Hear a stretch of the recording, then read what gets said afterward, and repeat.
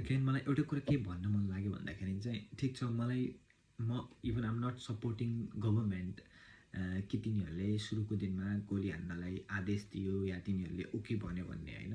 तर मलाई के लाग्छ पर्सनली भन्दाखेरि चाहिँ तिनीहरूले आदेश दियो या दिएन मलाई थाहा छैन, चाहे प्रहरीहरूले गोली हाने आफ्नै मनले के पनि थाहा छैन, तर मलाई के पनि थाहा छैन, लिटरली के पनि थाहा छैन। म कसैले यहाँ जज गर्न पनि आएको होइन।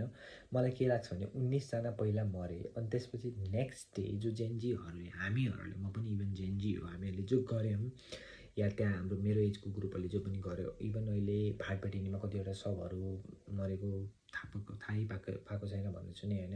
पुलिसहरू मर्नु भयो या त्यसपछि भिडभाडमा कोही मान्छेहरू मर्नु भएको होला या जे जस्तो पनि भनेपछि 19बाट अहिले त्यो नम्बर 74 पुगेको छ। सायद पहिलेदेखि कोही घाइते भएर बित्यो होइन, त्यस्तो भयो भने चाहिँ 74 number, that's not a small number, that's a huge.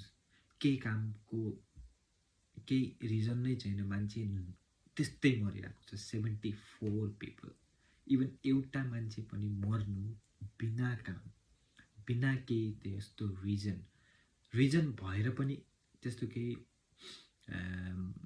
लाग्दैन कि मर्नु सानो कुरा हो मेरो लागि।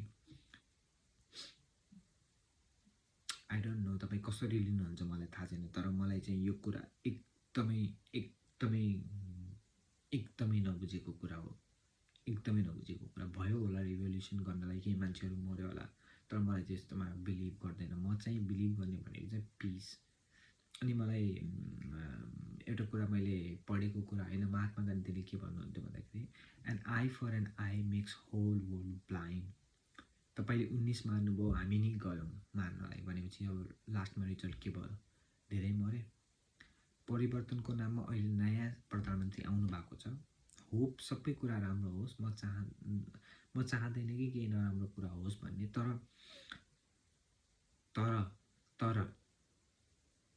मलाई कता न कता यो पनि लाग्छ कि फेरि त्यही हाल होला जस्तो पनि लाग्छ कुनै बेला। होप त्यस्तो कहिले नहोस्,